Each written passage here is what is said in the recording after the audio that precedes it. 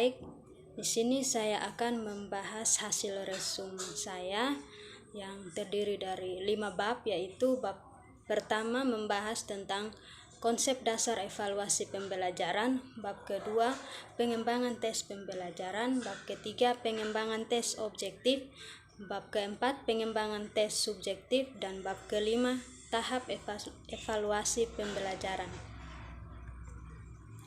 Bab pertama, konsep dasar pembelajaran evaluasi, ada 4, yaitu yang pertama, tes, penilaian, pengukuran, dan evaluasi. Tes merupakan suatu proses pengukuran informasi karakteristik suatu objek. Penilaian merupakan suatu proses pengumpulan data atau informasi secara sistematis terhadap suatu objek. Pengukuran merupakan proses pemberian angka atau simbol terhadap suatu objek. Evaluasi merupakan upaya untuk mengetahui manfaat atau kegunaan dari suatu program kegiatan. B. Fungsi evaluasi pembelajaran ada 3.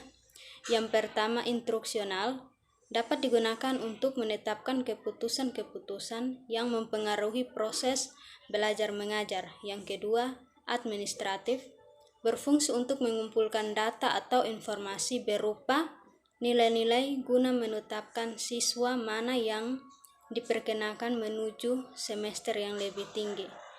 Yang ketiga, bimbingan, menunjuk bahwa proses belajar mengajar tidak selalu berjalan lancar tanpa adanya hambatan atau rintangan. C. Tujuan evaluasi pembelajaran. Tujuan evaluasi pembelajaran yaitu untuk mengetahui keefektifan dan efisiensi sistem pembelajaran, baik yang menyangkut tujuan, materi, metode, media, sumber belajar, lingkungan maupun sistem pembelajaran itu sendiri. D. Ruang lingkup evaluasi pembelajaran. Ruang lingkup evaluasi pembelajaran berkaitan dengan cakupan objek evaluasi itu sendiri. Jika objek evaluasi itu berkaitan dengan pembelajaran, maka semua hal yang berkaitan dengan pembelajaran menjadi ruang lingkupnya. E. Prinsip-prinsip umum evaluasi pembelajaran. Yang pertama, kontinuitas. Perkembangan belajar peserta didik tidak dapat dilihat dari dimensi produk saja, tetapi juga prosesnya. Yang kedua, komprehensif. Guru harus mengambil seluruh objek itu sebagai bahan evaluasi. Maksudnya di sini, ketika kita melakukan evaluasi, maka kita tidak bisa hanya menggunakan 1 atau 2 siswa saja, tetapi kita harus mencakup seluruh siswa yang ada dalam kelas tersebut. Yang ketiga, kooperatif. Dalam melakukan evaluasi, guru harus bekerja sama dengan semua pihak, baik itu kepala sekolah, orang tua, dan siswa itu sendiri. Adil dan objektif. Guru harus adil dalam melakukan evaluasi tanpa memilih kasih. Yang berikut, praktif. Mudah digunakan oleh semua pihak, baik menyusun maupun yang menggunakan. F. Jenis-jenis evaluasi. Yang pertama, formatif. Evaluasi formatif yaitu penilaian untuk mengetahui dan memantau kemajuan hasil belajar. Yang kedua, penempatan. Evaluasi tentang peserta didik untuk kepentingan penempatan di dalam situasi belajar sesuai dengan kondisi peserta didik. Yang ketiga, sumatif. Evaluasi yang dilakukan terhadap hasil belajar peserta didik. Yang keempat, diagnostik. Keadaan belajar peserta didik baik merupakan kesulitan-kesulitan yang ditemui dalam situasi belajar mengajar. Bab 2, pengembangan tes pembelajaran. Tes merupakan suatu teknik atau cara yang digunakan dalam rangka melaksanakan kegiatan pengukuran. Terdapat serangkaian pertanyaan atau latihan maupun alat lain dalam tes yang digunakan untuk mengukur keterampilan, pengetahuan, bakat yang dimiliki seseorang. Bentuk-bentuk tes pembelajaran. Dari segi materi yang diukur dari tes fisik dan tes psikologi. Dari segi tindakannya ada tes standar dan tes buatan guru. Dari segi pelaksanaannya ada tes tertulis, tes lisan, tes unjuk kerja. Dari segi soal tes, objektif, dan tes esai. C. C. Prinsip tes pembelajaran. Prinsip ialah pertanyaan yang mengandung kebenaran hampir sebagian besar jika tidak dikatakan benar untuk semua kasus. D. Perencanaan dalam menyusun tes pembelajaran. Pada prinsipnya, tes yang baik bersumber dari persiapan yang matang, baik ditinjau dari kelengkapan fasilitas maupun bahan yang akan diujikan. E. Syarat-syarat dalam menyusun tes pembelajaran. Yang pertama, menempatkan tujuan penilaian atau tujuan tes. Yang kedua, menguraikan materi tes dan kompetensi. Yang ketiga, mengembangkan kisi-kisi. Yang keempat, pemilihan bentuk tes, dan yang kelima, panjang tes. Bab 3, pengembangan tes objektif. Tes objektif merupakan bentuk tes yang mengandung kemungkinan jawaban atau respon yang harus dipilih oleh peserta didik. B. Bentuk-bentuk tes objektif. Yang pertama, pilihan ganda. Yang kedua, benar salah. Yang ketiga, tes objektif menjodohkan. Yang keempat, tes objektif melengkapi. Dan yang kelima, tes objektif bentuk isian. C. Ketetapan penggunaan tes objektif. Tes hasil belajar untuk objektif salah satu jenis tes hasil belajar tepat digunakan apabila tester berhadapan dengan kenyataan-kenyataan peserta didik. Jumlahnya banyak. Penyusun tes memiliki waktu yang cukup longgar. Menyusun tes memiliki kemampuan dan pengalaman yang luas dalam menyusun butir-butir soal. Kelebihan dan kelemahan tes objektif. Pertama, kelebihan, yaitu tes objektif sifatnya lebih responsif dalam hal mencakup dan mewakili materi yang telah diajarkan kepada peserta didik. Yang kedua, tes objektif lebih memungkinkan bagi tester untuk bertindak lebih objektif, baik dalam mengoreksi lembar-lembar jawaban. Yang ketiga, mengoreksi hasil tes objektif lebih cepat ketimbang mengoreksi hasil tes uraian. Yang keempat, butir-butir soal jauh lebih mudah dianalisis. Kelemahan. Yang pertama, menyusun butir-butir soal tes objektif tidak segampang menyusun tes uraian. Yang kedua, tes objektif pada umumnya kurang dapat mengukur proses berpikir yang tinggi atau mendalam.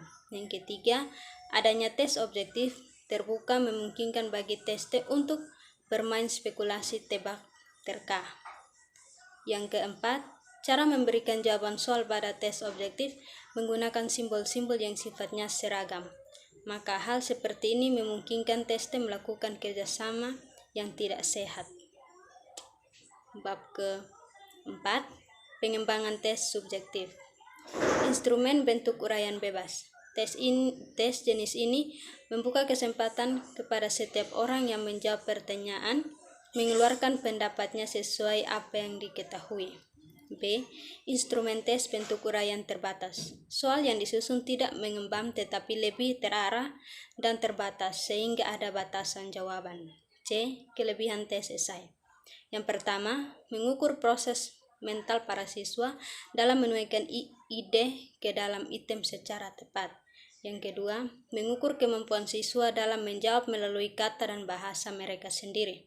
Yang ketiga, mendorong siswa untuk berani mengemukakan pendapat serta menyusun dalam bentuk kalimat mereka sendiri.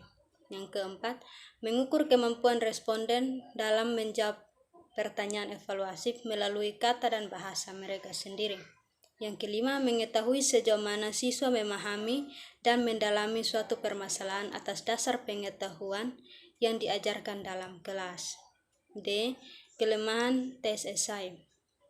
Yang pertama, jumlah peserta didik yang akan dites relatif kecil. Yang kedua, guru lebih bermaksud untuk menilai proses berpikir peserta didik daripada hasil pemikirannya sendiri. E. Men-skor tes esai. Memberikan skor tes esai dapat dikatakan mudah dan dapat dikatakan sukar. F. Mengatasi kelemahan tes esai.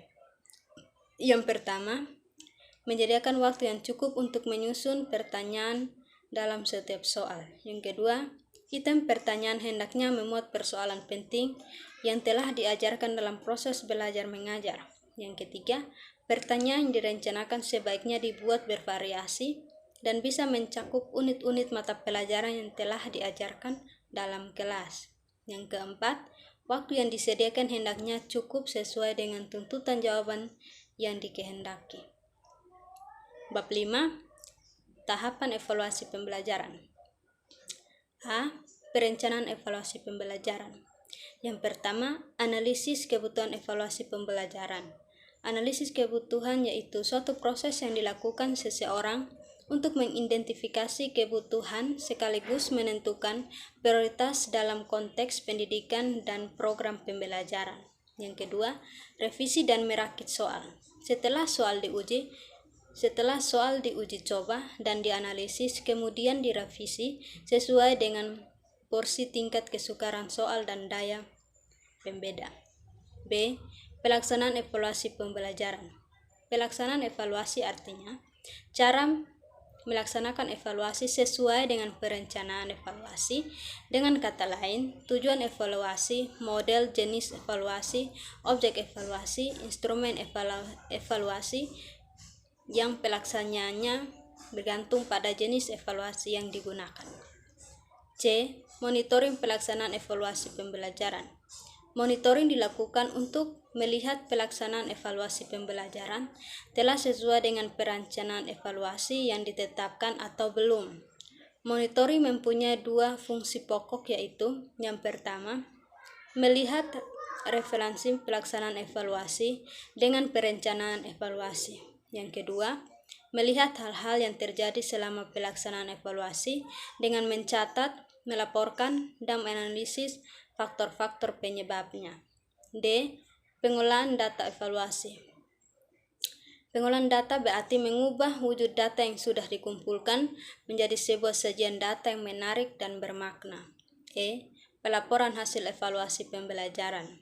Setelah tes dilakukan, hasil pengetesan tersebut harus dilaporkan, dapat diberikan kepada peserta didik yang bersangkutan, agar guru mendapat umpan balik terhadap pembelajaran yang telah dilakukan. F. Penggunaan hasil evaluasi pembelajaran. Yang pertama, penggunaan hasil evaluasi untuk memberikan feedback kepada semua pihak. Salah satu penggunaan hasil evaluasi adalah laporan yang dimaksudkan untuk memberikan feedback kepada semua pihak yang terlibat dalam pembelajaran, baik secara langsung maupun tidak langsung. Yang kedua, penggunaan hasil evaluasi untuk kepentingan berdasarkan tujuan, memprediksi masa depan peserta didik. Tujuannya untuk mengetahui sikap, bakat, minat, dan aspek-aspek lainnya dari peserta didik. Demikian pembahasan hasil resum saya. Sekian dan terima kasih.